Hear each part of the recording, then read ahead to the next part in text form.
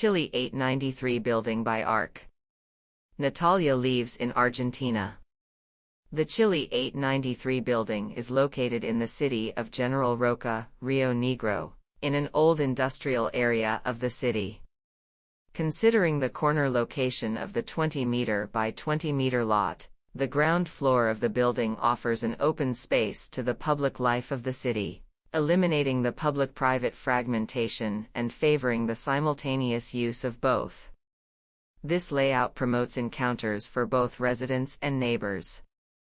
The functional units of the building are organized around two internal courtyards to favor sunlight and cooperate with energy well-being through passive energy.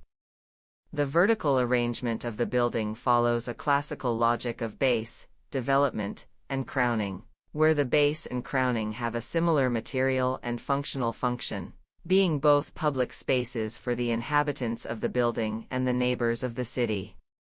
The building has a public terrace equipped with grills, in addition to two private terraces. This situation puts the user in a new relationship with the landscape, as the vision is 360 degrees, achieving views of the topography of the hills, and valuing the territory of the area.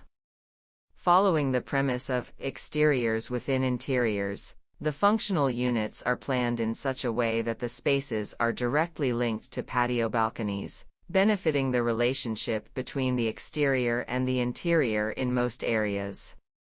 The housing units are designed to allow flexibility of uses, adapting to the needs and preferences of its inhabitants, where foldable divisions unfold to modify spaces as needed.